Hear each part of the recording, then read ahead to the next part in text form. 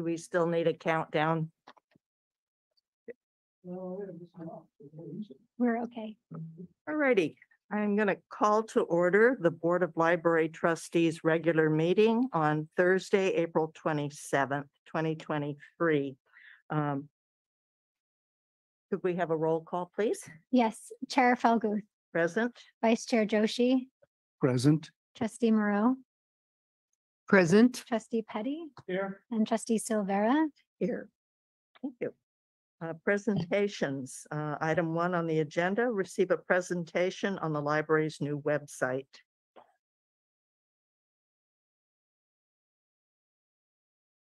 All right. I think that's you, right, David? If you are, you're muted right now. Here we go. Oh, nice. Okay. Okay. Does everybody see it? Yes. Yes. Okay. Last year, the city changed website vendors and went with a new company that was going to design the site for them. Unfortunately, we were not overly pleased with it. And about 6 months ago, Inga had managed to get funds, possibly from the Friends, to have them redesign our portion of it. So this is what our website looks like now. In case you've seen it in the past, it's now different. We now have our own menu bar in addition to the city's, which makes it significantly easier to find things that you're looking for. On the old website, all of our things were under this one little group here. And then we had a gazillion links over here on the left. And so people got quite confused trying to find a particular page. With the menu bar, that is now significantly easier. The company also modified the website search bar to include the catalog, since probably more people are searching the catalog than they are the website when they come here. So fortunately, that is the default. That will allow people, if they're looking for the latest James Patterson book, they could do it straight from here without having to go to another website for the catalog. We also have some shortcut buttons down here that will take you to specific places, generally things that are either asked for the most or that we're kind of promoting. Ebooks being one of the big places that people want to go. We have an area here for announcements. When we were doing Cannery Row Days, we had the information for that down here. We now have a event calendar that shows our next 8 events. Plus, a person could go through the calendar and anything that's underlined has an event associated with it too. They could click on it and get the information about it. They can also click this button here to see what's going on with the city. And all city events, ours, museums, and everybody, recreations, are all on this calendar. We also have our own little mini event list that pulls the event information out of the library's event system called LibCal, where we both reserve rooms and put information about various programs. And this page actually pulls the information out of there to give a more thorough description of various events and allow you to actually sign up for them online. This is essentially the event list we used to have. But now that we have the calendar version, and that's what the city uses, we're kind of sticking with how they do it. And then this is for people who want to delve further into the world of events. All of our basic services are listed here. People who want to get an aquarium pass can quickly get to that point. We have ebooks listed under several names because the same page actually covers various things. It's both ebooks and our databases, since they're also an electronic resource. So you can find this stuff either way by going to resources or just ebooks. Ebooks being first, of course, because they are the most requested thing. Our kids page and teen pages are still in development because unfortunately we've only recently acquired a kids librarian. We still don't have a teen librarian, so those pages will still need to be worked on. So needless to say, I am not going to show it to you because there's not much on it. The Find a Good Book that's listed on here, though, is a new page that I've added of stuff from our old LibGuides that will show not only various places to go to find interesting books, award winners, but it also contains a feed out of the catalog of new chapter books and new picture books. So if a kid wants to see what's new, they can. Of course, we have still have our get involved thing of where you can join the friends, donate to the library, volunteer, look for a job here, or make suggestions. And the About Us, of course, gives all the background information of the library, including the people that are in charge, which is our library board of trustees.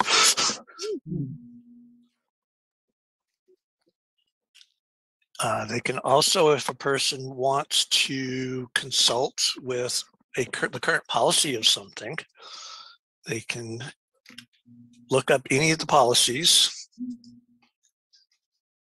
and it will give them the information about it. The policies are also referred to in various pages that refer to it. Like if you're looking at our computer and internet page, we refer to the policy that governs it.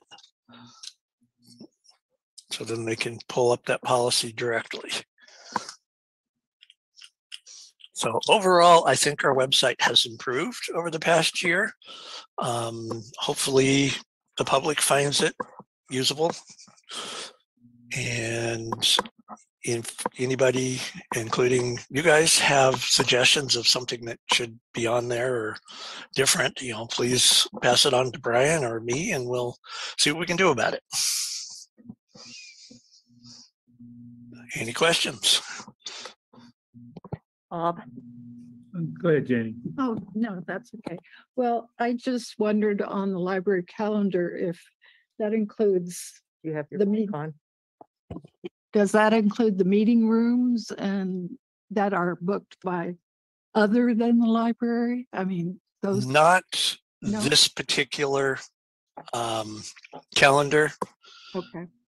It would, one, kind of imply that Mhm. a program, let's say the League of Women Voters was having one of their meetings in there.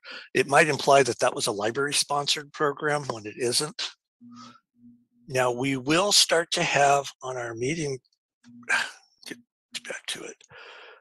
Is it on the events page? I am forgetting where I'm putting things because we've just reopened the meeting rooms. But we can have a page that will show what bookings are in there. It will be similar to this, only it will show public bookings rather than library bookings. Okay. So far, we've only had a few people sign up for the community room. So it hasn't really been an issue yet. And for the solarium, since that's kind of a walk-in type situation where they can sign up for it immediately, having a calendar of it would not be very useful because mostly it'd be just private stuff anyway. But yeah, I can make a calendar of community bookings.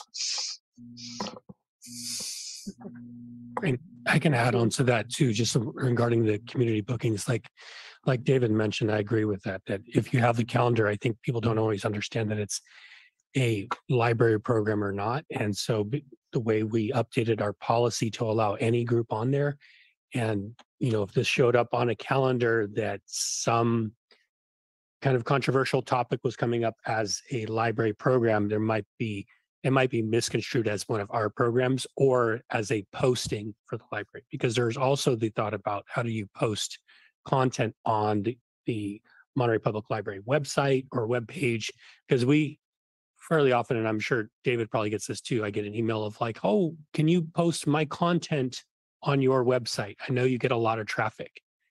And those kind of things of posting other agencies' contact, or if somebody were to put their private business information on there as a way to advertise their business, I would just be cautious about doing anything like that, of having any private bookings on a public calendar to get some could be misconstrued from the community.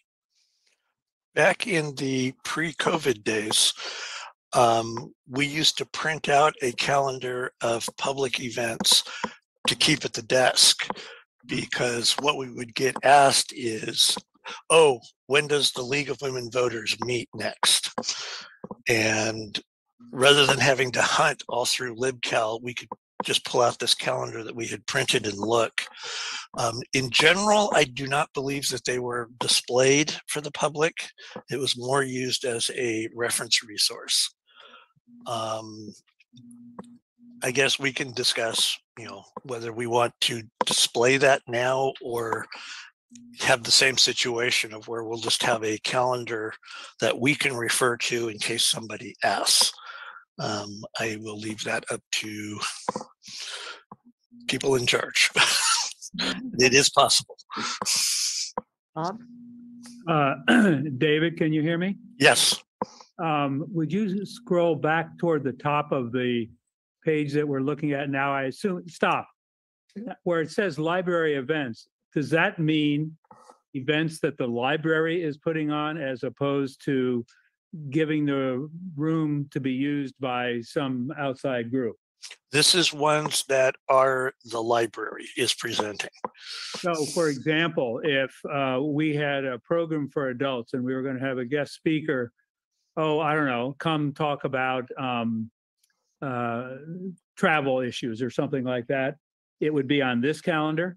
If the library was sponsoring it, yes. That's what I mean. Yeah. Yes. Right. Or like in the past, I've given many talks about Medicare that the library has sponsored. And so if I were doing that, then it would be on this calendar. Yeah. The guy who was doing the travel programs, what was it about the civilizations that are disappearing? That was library sponsored, so he was on here. Okay. Could you, well, I guess I can see right here, in the upper left corner below where it says Monterey Public Library, and it says, what are you looking for? Uh-huh. Is that our 5-word synonym for search? Yes, that is how it was programmed by the web company. It's kind of a standard term that's used on websites, which is probably why they chose it. Completely with that. I think search is a much more commonly used word to clue people into, well, that blank space is where I'm supposed to type in, the topic or the author or something like that. So I would request at least finding out if we can change that to just search. My second question is where it says library catalog. You said now from here they click on library catalog. I'd like to see what that looks like, if you would mind doing it. Do a catalog search? Well, right there where it says library catalog, isn't that to click on it? No, it's a drop down that changes the search mode. Okay, well, click on library catalog there. I'm looking for a book by, you used James Patterson, so I want to look in the catalog. Oh, I have to type that in. And it will do the search for you, as opposed to going to the catalog and then doing the search. Well, so there's no difference then. I either have to click on one thing and then type it in and it goes to Koha, or I go directly to Koha and type in James Patterson and then the program searches all of James Patterson's books, right? Yes. How is that any different from the old website, not Koha, but the library website? You could get from there with a link to catalog. You can on this too. If I remember right. I believe if you put a blank search in. No, I'm talking, if I were looking at the old website, Right. along the left-hand side, there were some choices, one of which I believe was catalog, and that took me to Koha. The old website, did have a search bar kind of up in the header, Yeah, it did. You're right. and it had a drop down to select between website and catalog, defaulting to catalog, of course, because that's the more common one used. It just looked a little different, but it was basically the same thing. Well, because on all my computers at home, I mean, you're quite right. A lot of times people are trying to connect to the library to do a catalog search, look up an author or a book title or something. And so the icon that I have on my computers at home takes me to the catalog. And then Okay. that website, I can click on website and I would get, what we're looking at now. That had events and pictures and stuff like that.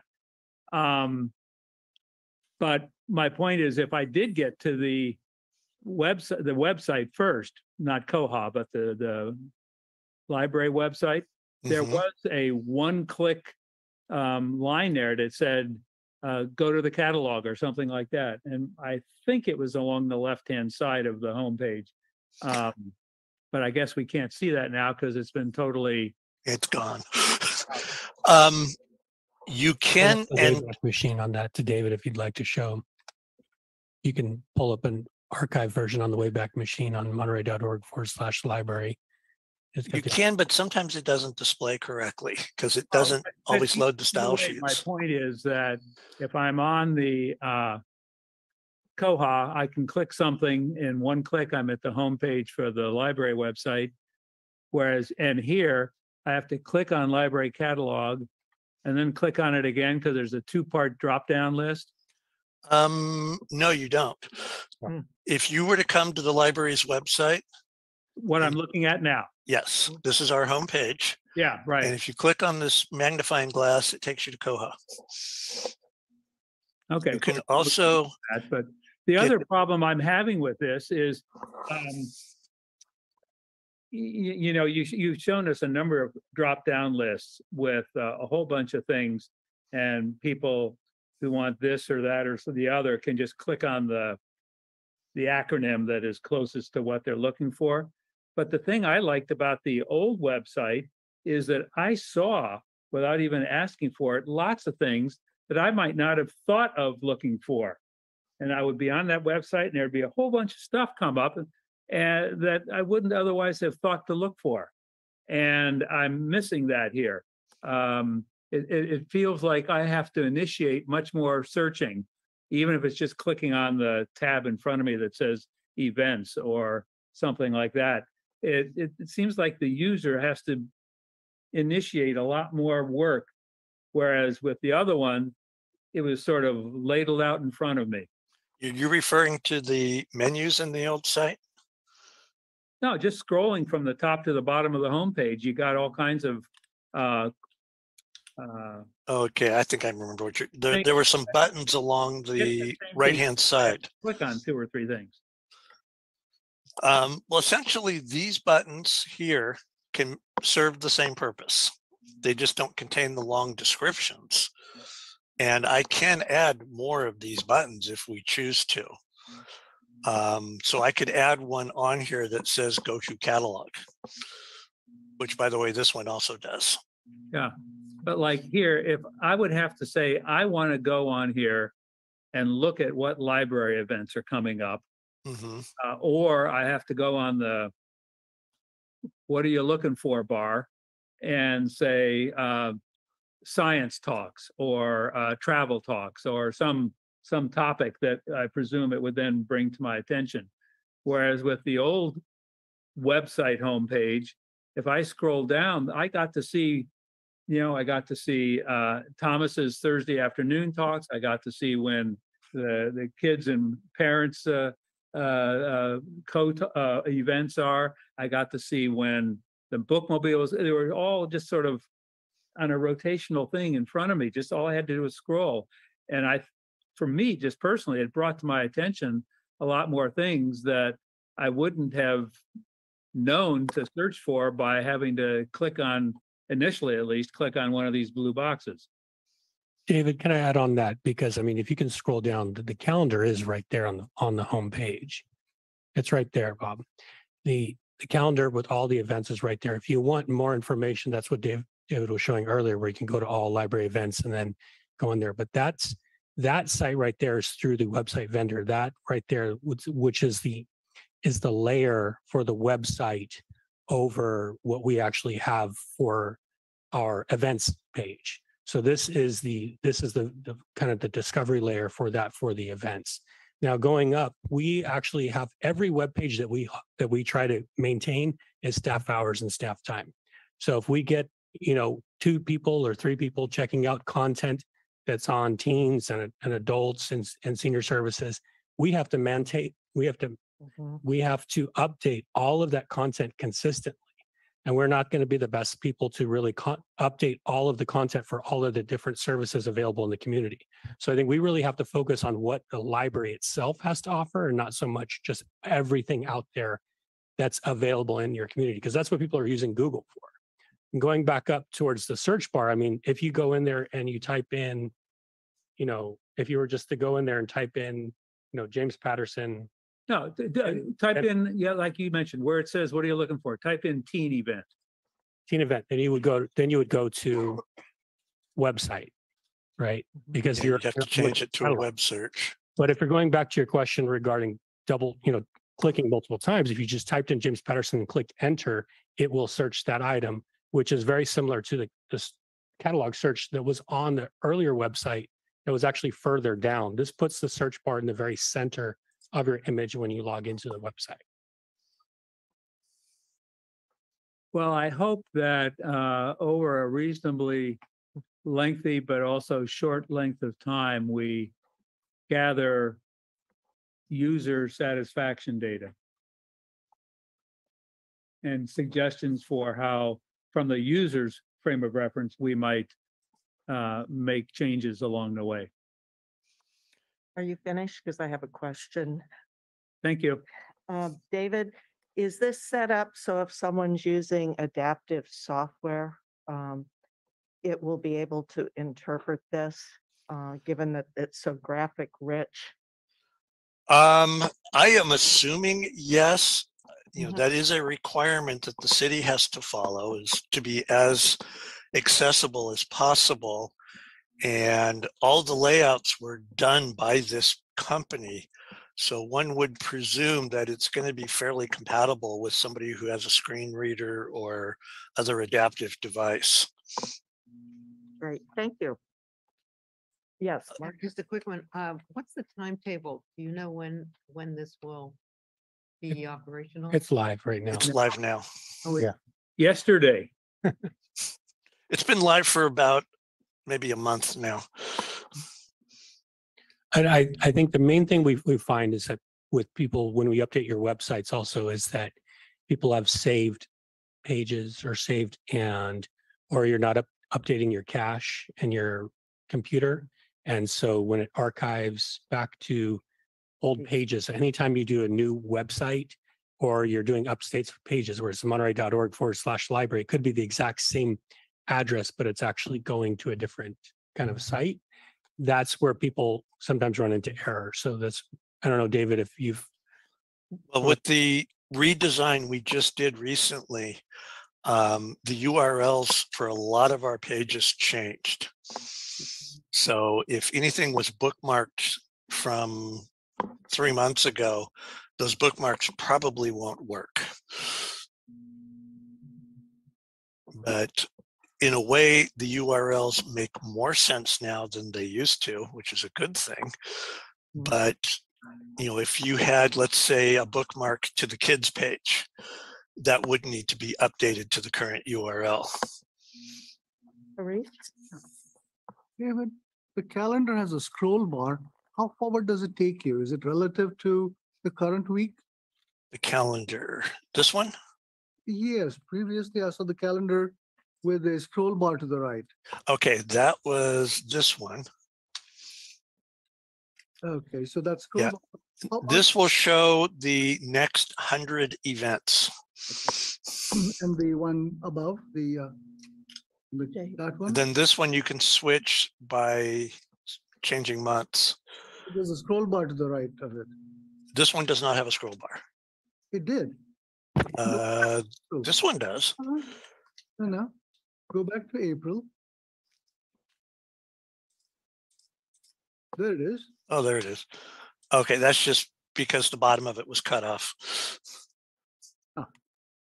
This, Relative to the current, yeah, in order for this to work on the website, it's actually using an iframe to another site that's hosting this calendar. So we had to set a window for it to display in. And if it's a really long month with, in terms of the number of weeks, it may go into the bottom.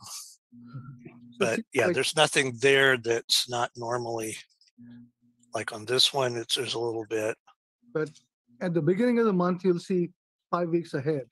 Whereas at the end of the month, you only see a little bit ahead. Is that right? It only shows you, it's kind of like a calendar, a flip calendar or something. The first of the month will be somewhere in the first line, and then it backfills the dates from the previous month until you hit Sunday. And the same is true at the end. The last day of the month will be on the bottom line, and then it fills forward until it hits Saturday.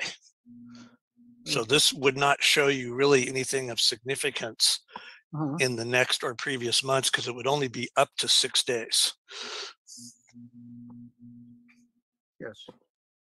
So it's not possible to make it relative to the present week, so you can get a kind of a forward-looking view. You mean have the current week show here and then scroll down from the current week? Yes. The program is not designed to do that. Okay. Potentially, I could write something that would do that, but it would be a development cycle for that because it's not a regular API function of libcal. Because that's what you want. You want to say what's coming up the next 2-3 weeks. That's Harish, that's what we have on the homepage. That's what the homepage, there's different functions of this. So like for here, there's the drop-down menu where on this, where it's day, week, month, and it's on the homepage. on the homepage. That's what's coming up. And we set it for the Coming, okay. top 8, the next 8 events. So we set that as 8 to auto feed onto there.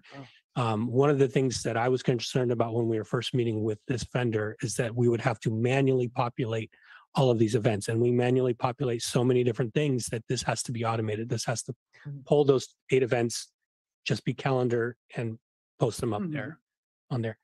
David, real quick, going back to Marcia's question, Commissioner Moreau, if you go to the top, towards the top right, there's looks like a body, a person. Can you click on that? On the This? Yes. Yeah. That's the accessibility menu Great. for Thank the you. website. So I know that I believe we're at WCAG 2.1 standards. I'm not sure if we're at upcoming 3.0 standards, but those are the standards for web accessibility. But this will show you where you can highlight, you can remove images, highlight links, cursor. There's different options here on the website right now for accessibility functions. So much better than the old days with your WordPad having to do the raw code. Yeah. Plus, a person could immediately change the font size from Yeah. here. For people like me, Mm. with my blind as a bat font. Thank you, David. What was that 2,200? Yeah, so for people who like really tiny print, we can accommodate them too. Thank you very much. Okay, And David, if you can just wait one moment so we can take public comment on this item, that's just in right. case. all and right. Share how people can participate. If you're not joining us here in the council chamber, you may join directly on Zoom Gov from your computer or mobile device, or you may call into the Zoom meeting. To join the meeting on Zoom, use the link or phone number on the agenda at isearchmonterey.org. To call in by telephone, dial toll free 833-568-8864, enter meeting ID 161-352-8864, followed by the pound sign. To make a public comment, click on the raise hand button in the Zoom toolbar. If you called in by phone, raise your hand by dialing *9. Today's meeting is also streamed live on the city's YouTube account at youtube.com/City of Monterey with an approximate 10-second delay, and on Comcast channel 25 with up to a 90-second delay. If you plan to make a public comment, please join the meeting using Zoom or by telephone and ensure you join in time to accommodate the delay. There isn't a public comment. We ask that you raise your Zoom hand. And there are no comments at this time. Thank you so much, David. Francesca. Let's move Okay. on to the consent items. We have two items, approval of the March 21st, 2023 minutes and request for an appropriation of $14,500 in donated funds to the fiscal year 2022-2023 Library Trust Fund budget. I would entertain a motion to approve. I move. Bob moved, Janie seconded. Is there any discussion, corrections, comments? Not for me. Can we do a roll call? Don't need a roll call vote. Okay. All those in favor? I, Aye. Aye. Any abstentions or noes? All right, those have passed. We'll move on to public comments. This is the part of the agenda where any member of the public can speak for a maximum of 3 minutes on any subject not on the agenda. Do we have any public comments? If you'd like to make a public comment, please raise your Zoom hand. And there are no public comments at this time. Thank you. Next is item number 4, receive update on fiscal year 2023-2024 budget process and provide direction to staff. Jim, I think that's you, That's me. or Brian. God, I'm losing it Thank- here. Thank you, Chair Felga. Yes, so yesterday was the budget primer for City Council and the city manager's office and the finance department went over the budget for fiscal year 2024 about the different choice, just more high level about what the actual budget was, not by department or but some of the special funds and allocations on there. They're going back and forth with the finance department and city manager's office.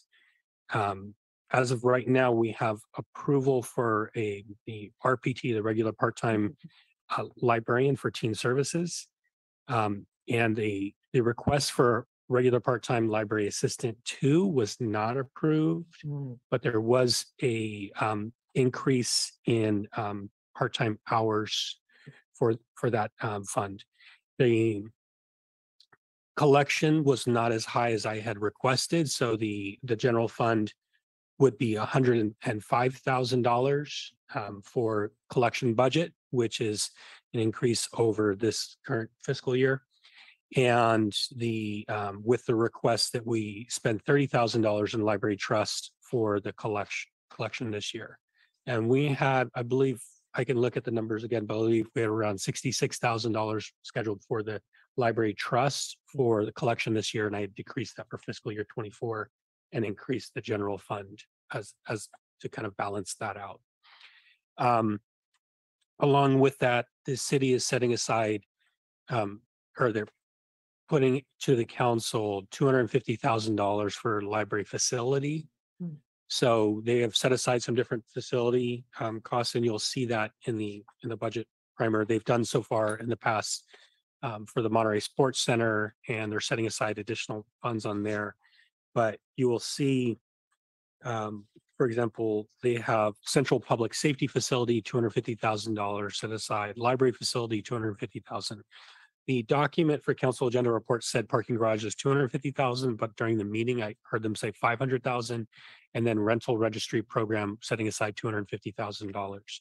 The total city budget was at $98 million this year, and setting aside, there is an increase in PERS liability of around $600,000, which was not allocated in the budget that was presented last night, because that came at a later date. CalPERS just notified the city of the additional liability on there. So we'll see what's going to happen on there. The funds for the kiosk stayed in there, so there was still $90,000 in there additional on there.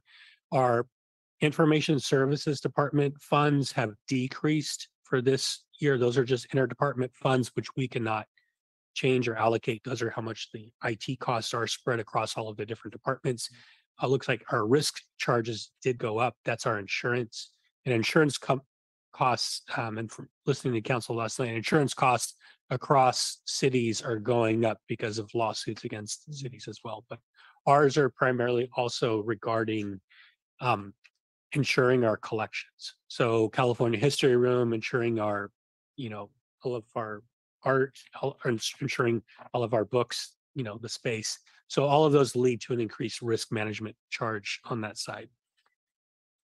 Overall, so we are waiting for basically all of the next steps to kind of meet with council, and happy to go through all of this. And yeah, so but those are the positions that we had discussed in the last ones, and those were the major kind of changes that I had seen in so far in the budget. But I am happy to get somebody, librarians or teen services, if we're able to recruit.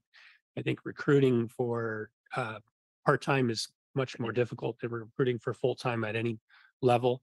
So hopefully we would be a successful recruitment, but it's really needed, as you'll see later on in our statistical report, where we have few teen programs or 0 teen programs at most months right now. And that's just based on us not having the dedicated staff person that's there to work with them. Happy to answer any follow-up questions or any comments on that. Marcia? Just to follow up on the teen one. Yeah. When you say part-time, how many hours per week does that fund? That funds, it's a 30-hour per week. Yeah. And so if you hire somebody 30 hours, that's not benefited position either. It is benefit. Oh, it is. There are benefits to it, and It's you do over pay. 20 hours. So Yeah. Thank you. Um, Sorry. I thought Janie was waving, so I was Oh, gonna no. defer. that will go. Several things. In the packet information, reference is made to the city budget team. Mhm. Who are the teammates on that team? So there's the finance department, which is Rafaela King. Rafaela King is the finance director, and Kyle Olson is their new budget analyst. Kyle Olson. Kyle has been working with all of the different departments, basically leading the budget process for everybody in terms of revenue, expenditures, all of the different requests. At those meetings, it's also Hans Uslar, our city manager, Nat Rojana Sathira, our assistant city manager, Brett Neal, who is our human resources manager as well. And during the finance for the library and museums, it was myself and Francesca Garibaldi for the library and museums. So basically those 5 people, 1 from HR, 2 from finance, and 2 from the city manager's office. Primarily, unless I'm forgetting anybody, but it's primarily the, city managers, the Yeah, finance team and the HR with each department. Going yeah, through. obviously, yeah. It says in the report we got that the budget team denied or didn't approve the 3 positions for the library and museums that were requested. I'm curious, two follow-ups to that, why? And number 2, it says that departments were asked and you provided additional justification for any denied funding requests. And I guess you're maybe still waiting to hear back in their reply to that, but I'd like to know what your response was to their denying 3 positions.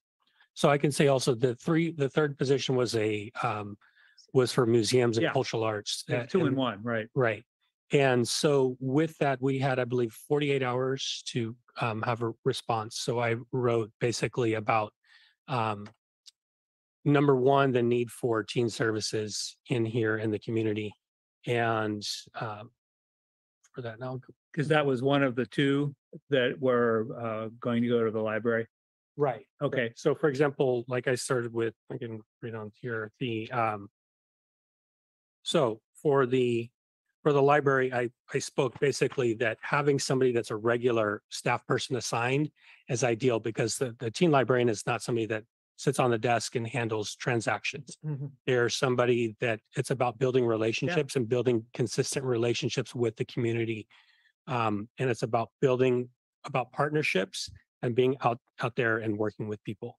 So we can't align the kind of the librarian field with a recreation field. So Yes. that it is it's a different scope of work between a library and recreation. The additional hours would be needed for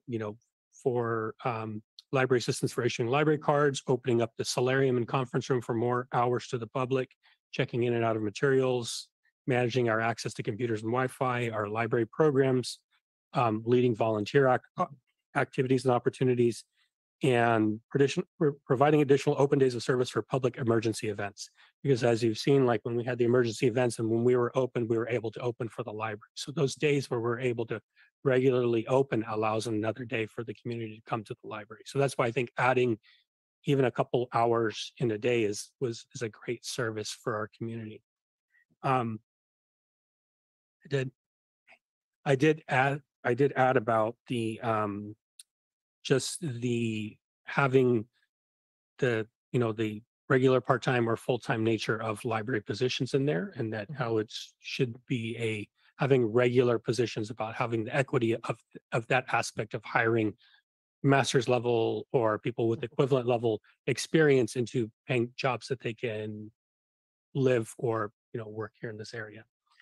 The for the cultural arts assistant, I will say for the museum side, because it's often myself kind of as the third person, but Francesca or Jordan, who are working a lot on different tours and events at, like, if there's a backup needed or a tour going on for specific biological labs, one of us is there. One of us from staff is there with the docent. So it's about having an additional person to help out with events. Like we've cut the events at Alvarado Gallery or cut the events over at Colton Hall. So it's about restoring those community events back for everyone out there. So that was my request there, was regarding making sure we've had a number of at Colton Hall, we are having schools come back. And so it's about we've had a decrease in hours and service there at Colton Hall as well. And so the number of classes and visits that we get there has started again, because I think schools are starting to get more outside and doing more class visits, where for a period of time during COVID, most schools were not doing outreach and class visits. So we're seeing a lot more of that. So it was this big cut in the past to museums. So adding that on there. So all of those were with that response, that's where I got back the teen librarian. So with that response, that's where the teen librarian did come back after saying that because initially it was denied. All three positions were initially denied, and that's when this report came out for the agenda report. And so coming back, I came back with if we can't have another regular part-time a library assistant, can we have additional part-time seasonal hours to help cover the services and help cover the desks? And and covered so I don't know, I can find that email right there, but it was essentially $14,530 for the library assistant and library hours additional for coverage of kind of desk coverage, but then the librarian was approved, and that's $52,907. So one of those two positions that was initially denied was granted after your reply Yes, to their initial statement, yes, and that was the teen librarian. correct. And I will say, I think that the regarding the museums, I'm going forward with, there's a response back and a rebuttal that I'm going to discuss with the Museums Commission, because that's an updated, that's coming up the first week of May, but there are some further details about that I need to discuss with the Museums Commission as well. Can you give us a feel, not that you sat in on the similar meetings with the team, because each department head was probably there on their own, but do you have a sense of whether especially the employee denials that you mentioned for us here, was that true in many other departments as well? So I have not seen any of the other, I've seen a whole number. I've seen a total number, but I have not seen a breakdown of any budgets from any other departments at this time. I'm just personally, for a handful of years, I've felt frustration that the library wasn't getting its fair share of support from city management. And I don't mean just city manager's office, but budget teams and other groups like that make decisions that significantly affect how well we can do what we want to do. And when the city's budget was in worse shape, a lot of the justification for that was, well, the library's not making us any money, so we can't spend it on the library, which I pretty much told over and over again to the city administration that was blank blank. But I just wanted to make sure we weren't caught in the same kind of not being seen as valuable as we all feel the library is. And, I'll just recall one of the things you mentioned that we liked a lot when you were applying for the job, and that was to make the library more of a community hub kind of place. Mhm. And we've made some steps in that direction. And, that does take staff, and it takes facilities, and it takes planning. And, but those are all things that we should feel supported by the city to do. Thank you. Janie?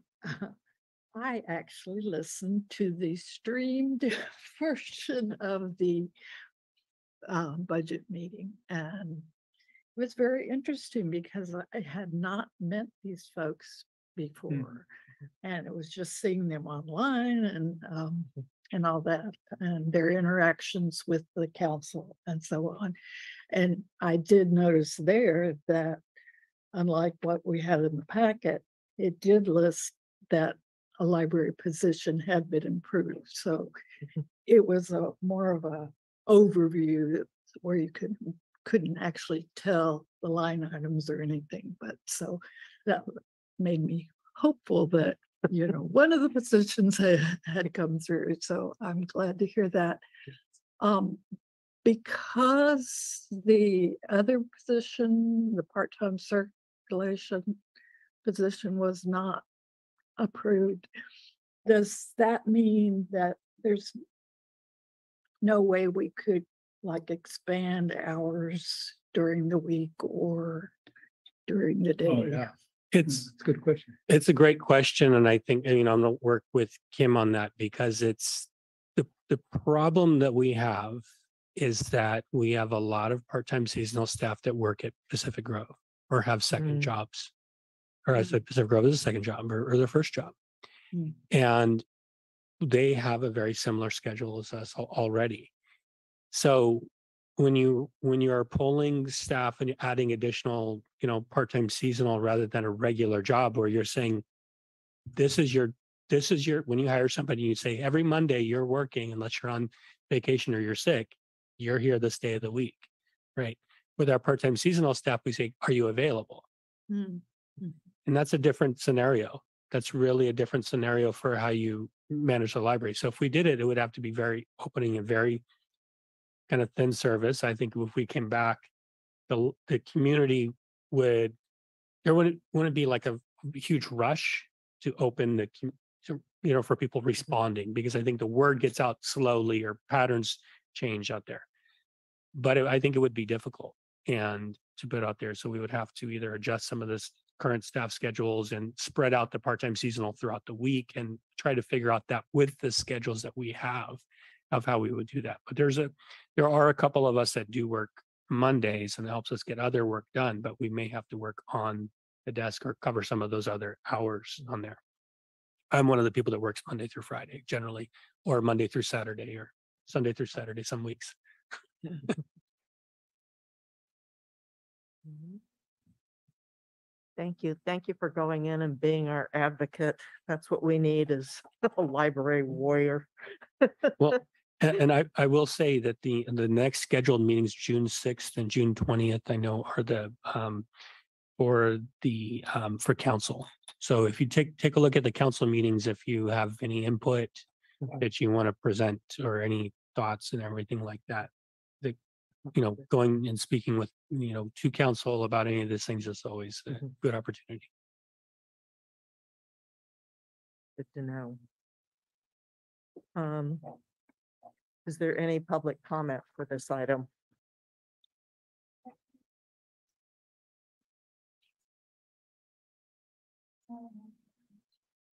Thank you, Francesca. Let's move on to item 5, receive update on library director activities.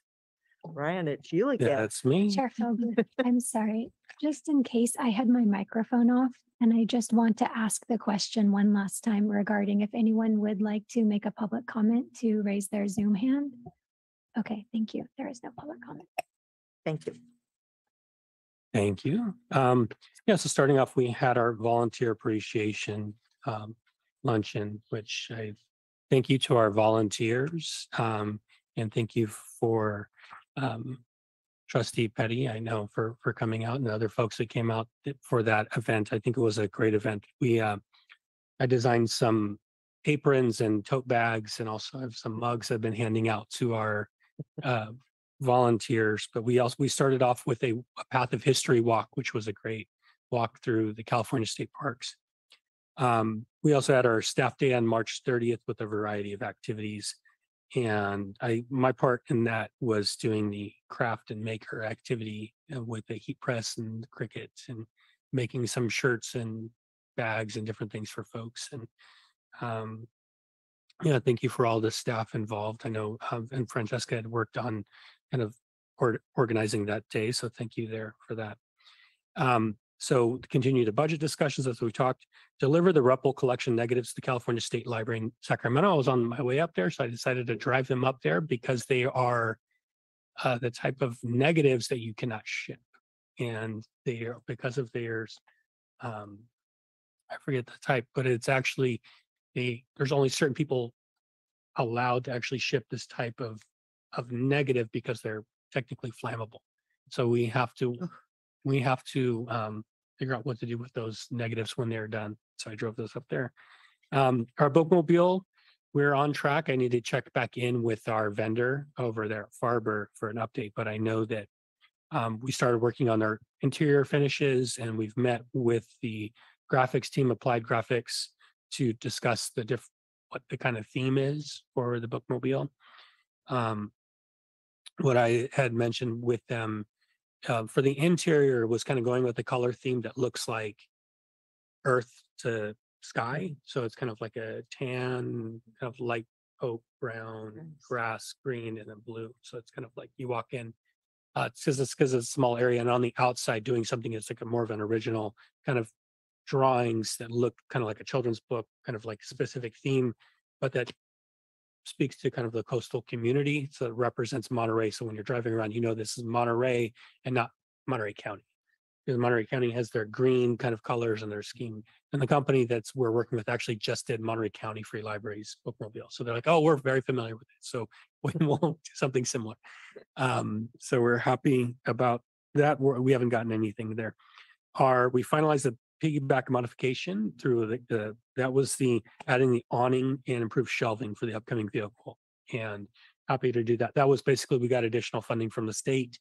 And we were asking for adding an awning because the vehicle is smaller, is to have an awning on the outside so that if you need to go out and bring carts out. So if you go to Park Lane or something and we want to basically put things outside, people can come out outside and it's a lot easier to operate that way.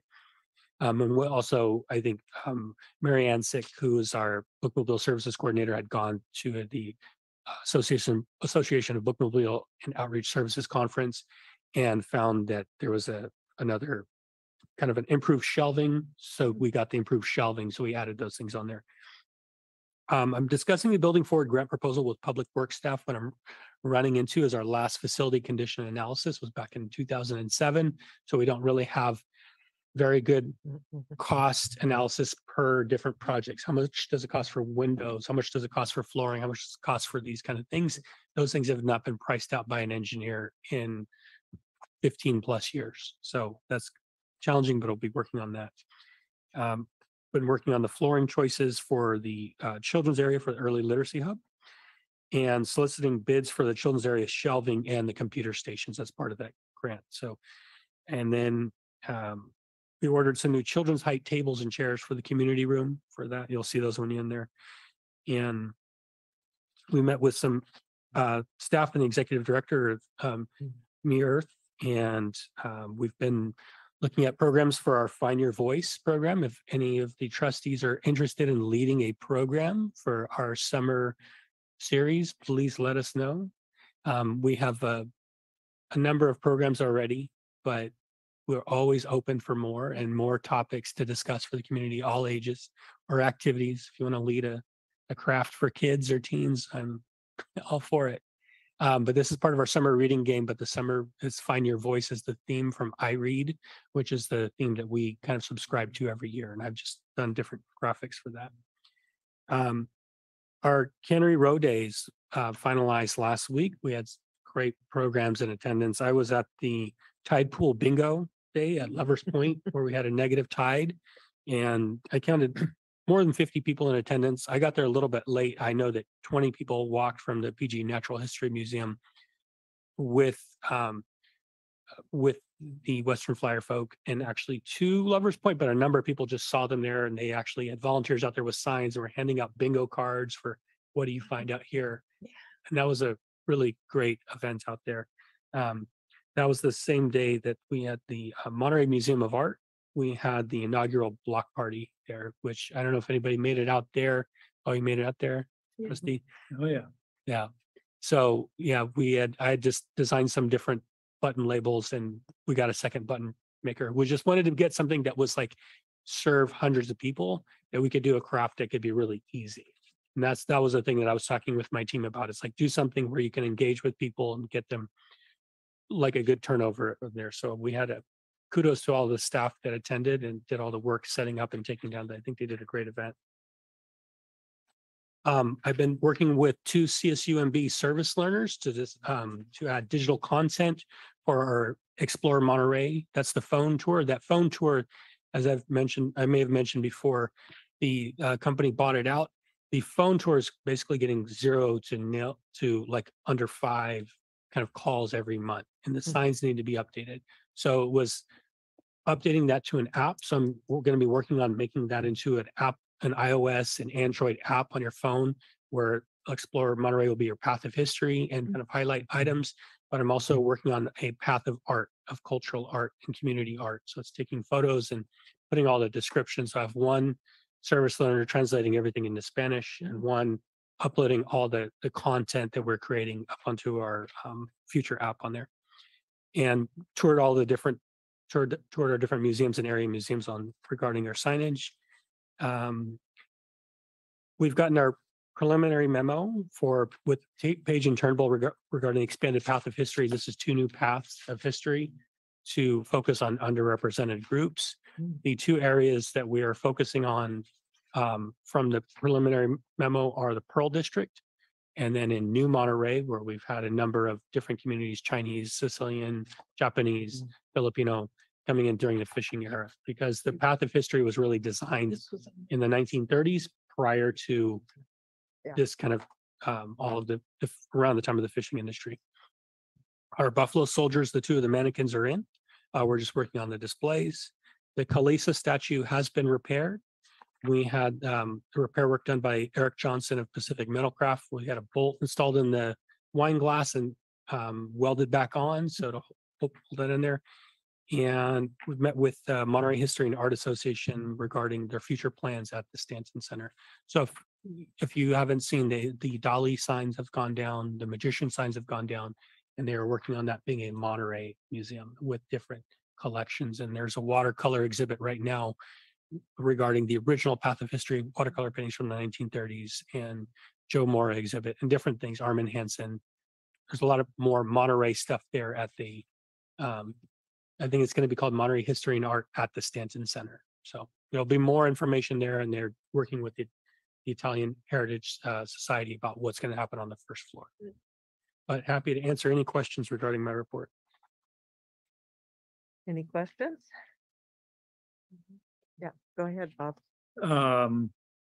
Should it be, to whom should requests for more information be delivered if we want to know more about, and I'm trying to scroll down and find,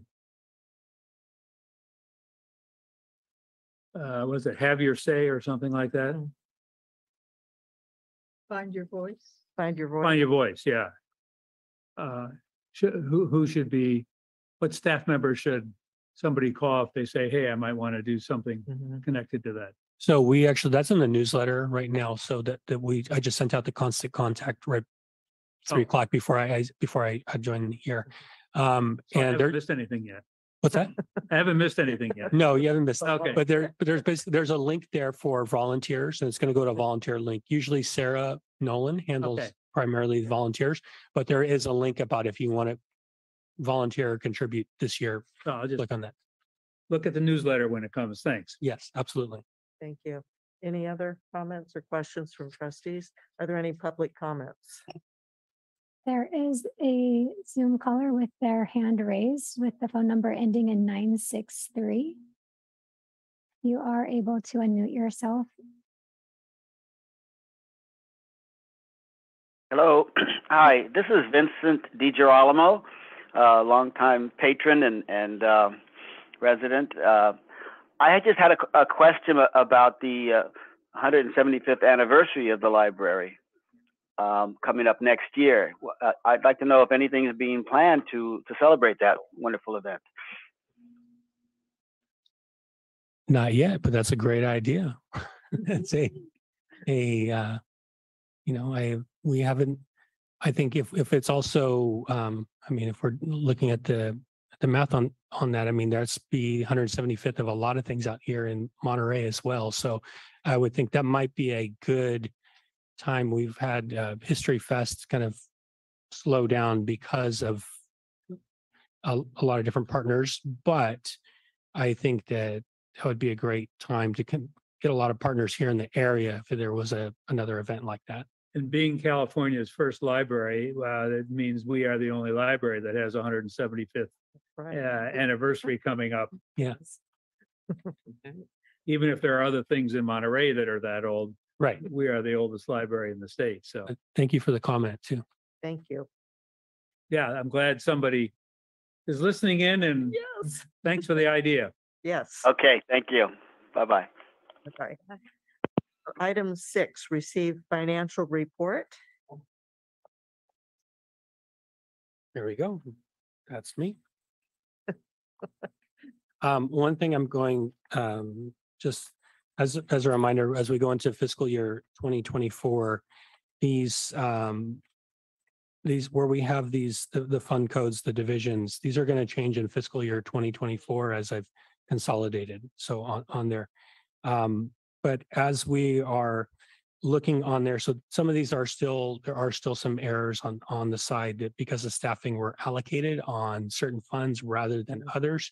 So, but what you will see here is for the most part, going through April right now, towards the end of April, we are operating quite well in our budget. And some of that was hiring some of the staff later on, where we brought on our local history librarian or, our children's librarian. It took several months to get that person on there. So that's why some of these positions, there are gaps in terms of the funding on there.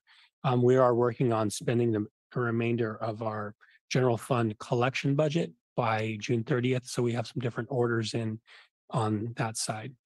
That's also, you'll see the collection budget does go under library administration and under the 5510 over there. So that's the staffing as well as collections and different contracts and services that we have on that side. That's why also you will see a larger percentage also on the fund 810, which is our trust fund. When you see the numbers on there where we have our budgets, and that's also where our grants go. So basically when we're spending outside of our grants or trust funds for materials, those are coming out of the 5510.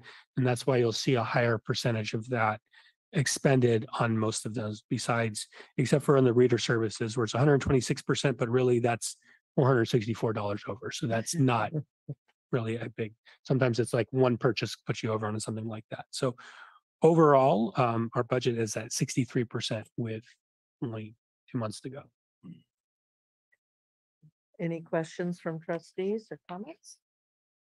Go ahead, I Tom. should have asked this when we were automatically practically approving the consent agenda. One part of which was the money requested that goes through the trust fund from the Friends. And so since we're talking about finance, I'll ask the question now belatedly. $4,500 of that was part of the consent figure was a SMS text notification system. Does that right now, if we have a book coming up due or that we put on hold and is now available to come and get, we get an email. Will this new system replace that or just supplement? Supplement. So I'll still get emails. Yep. And this will be an opt-in system. So it'll be a different system and it operates what's called through a SIP connection. Sure. No, Yeah. I'm just glad because I know I would bet my pension. I don't have a pension. I bet my fortune that You have one of those? there are well in lowercase letters that there are many, many, many more library patrons, including me, even though I use text messages more and more nowadays than I used to, that would get an email reminder or announcement of this nature than would get a text. Absolutely. Okay, I just want to make sure we weren't eliminating the email. No, this would supplement more of the phone because the phone system we had to take out because it was no longer compatible and there were errors with the phone system. So the text message system supplants that rather than the email system is actually built into Koha. Yeah, So the email. right. So this actually works off of a different vendor. So we are not paying per text or anything like that. Yeah. We're paying per service. Great, good. I just wanted to make sure it was, because I was just thinking of all the people that, again, we make sort of stereotypical comments about, older patrons don't use the computer or they don't know how to use email or something like that. Well, I mean, there sure is a heck lot more of them that do email, at least, even if it's just barely, than who use text messages. And I'm seeing some of my fellow trustees here smiling or nodding, not about their own experience, but about that of people whom they know at the same age group. So I'm glad to hear that it's supplementing, not replacing. Thank you. Absolutely. Thank you. Are there any public comments on this item? If you would like to make a public comment, please raise your Zoom hand. Chair Feldguth, there are no public comments. Thank you. Our last item on the agenda, receive statistical report. That's me, one more time. It's all you. We had David in here for a little Well, bit. today. That David, was good. yeah. Yeah, so I will see our visits are up a bit coming in here. Checkouts are slightly up right now. I will highlight that our patron app is up, which is great. Our self-checkout usage is still pretty steady. And I like the percentage of it of basically self-checks versus the help desk. The self-check usage as a percentage is higher at time, which I think is great. And if you've used that self-checkout machine, I think the more that we could just show people how to use it or show people how to use the app, they're so easy really for the user on that side. And library cards issued, I think that's partially also with the staff really connecting with people. So appreciate the increase of the library cards coming out there. The wireless usage is jumping up. A lot more people kind of just sitting in the nooks and everything, just logging in there in the wireless. As we talked about earlier, the programs for teens, I'll highlight that that's 0. Our programs for adults have nearly doubled from last year, from 8 to 15. And so I think that was great. We did host one program for the city, also for the programs, which was for the fire department. And the fire department had their discussion regarding the airport station over there. They had a Q&A over there at the library recently. The attendance at youth programs is pretty steady. The attendance at adult programs is also steady. I will say also with these adult programs, this was also the time for our Cannery Row Days. So that's why a lot of the programs were coming in through there. Those varied in attendance. And there was just a lot of offsite programs, 374. We had some just different programs all around that were really great, I think.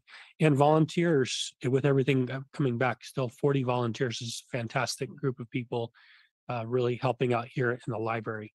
So I'm really happy to see all of the people that continue to spend their time volunteering, as well as the people volunteering in the garden. I saw them out in the front of the library recently working on that. So there's those folks too. So, but yeah, happy to look over, answer anything. I will, and also highlight that reference questions, we don't tally.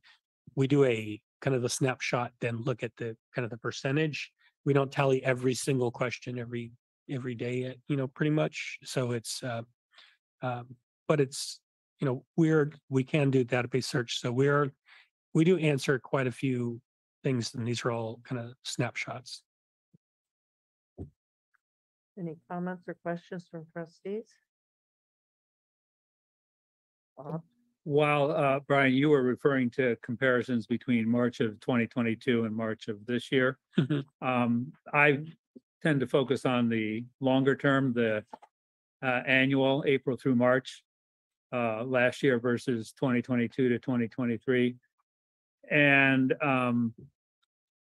these percentages of increase or decrease can be very deceiving, because if you have more programs, you're going to have more people, but how many are actually coming to each program is what I think makes a clearer picture for me.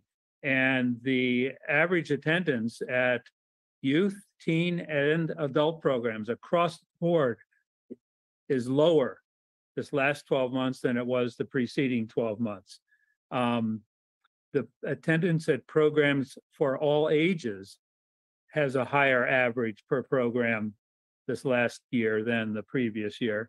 So I guess I'm wondering why the average attendance at those that are sort of specified for youth, teen, or adults, why that's down, but I'm not exactly sure what a program for all ages is in comparison, but that's the only category where the average per program is higher. And so I guess your comments. I will say, I mean, from being here for the past 8 months, I think what we've done is we've increased more programs on site. And prior to when I jumped on board here, the programs were on Zoom. And so with Zoom or YouTube, you're counting a lot of the clicks and the links of how many people actually Oh. viewed everything. So that does change that can change your numbers, because like the state library does a count, and I don't believe David's on the line, but it's something along the lines of you have the state library, when you're counting your views for your programs, for online programs, after like 3 days or 5 days, I'm going to say that's just a snapshot, you don't count it, right? So if your program goes viral and 15,000 people view, you don't get to say 15,000 people viewed it. It's how many people viewed it like initially. And I think that having those programs and different events by Zoom, where we are still doing more of the adult events, like the Tim Yeah. Thomas Yeah. Magical Mystery Tour, those things.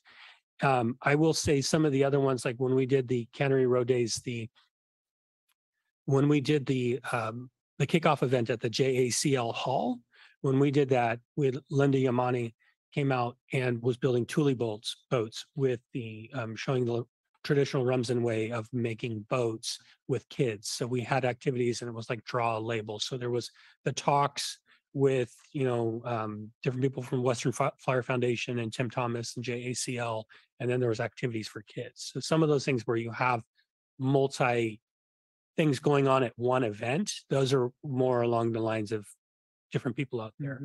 And we've noticed also for some of our crafting events, we'll have some weeks we're not sure what else is going on. There's 30 people that show up one day, and the next week there was 0.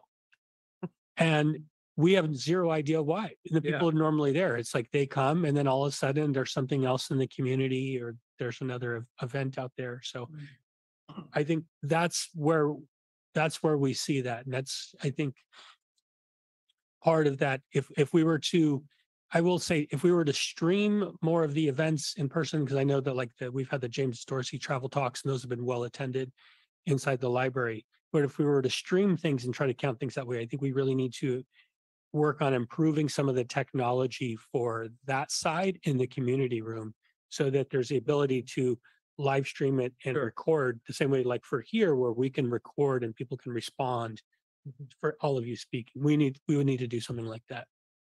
Yeah, that makes a lot of sense. So what you're saying is that the 2 different 12 months periods measuring attendance, but it's apples and oranges. Attendance is attendance, but one was much more electronic attendance via Zoom versus in-person attendance, sitting in a chair with the speaker. That's my understanding, And yeah. so, I mean, that makes a lot of sense. So maybe 12 months hence will be a better comparison with the 12-month period that just ended. Absolutely. I And believe I so. think the most important thing is to keep emphasizing to everybody that'll listen to us that it is we, the library, who are doing all these things. Do we have any public comments? Oh, Oh, I had a quick remark on the self-checks. Good to see that they're increasing. The sign is still on the other side where the self-checks used to be. The overhead sign is. Overhead, yeah. The other thing is, I don't think it's well publicized to most people that you don't have to check things out one at a time. You can just put them together and it'll scan the whole stack. That would make it more attractive. I think that you have to help people with, because when you go there, it says scan up to stack up to 4 at a time. And on the plate on it says scan up to 5 at a time. I was just there with my son like 2-3 hours ago, checking out a stack of books. I put 9 books, 9 early readers. They all checked out. Oh, yeah.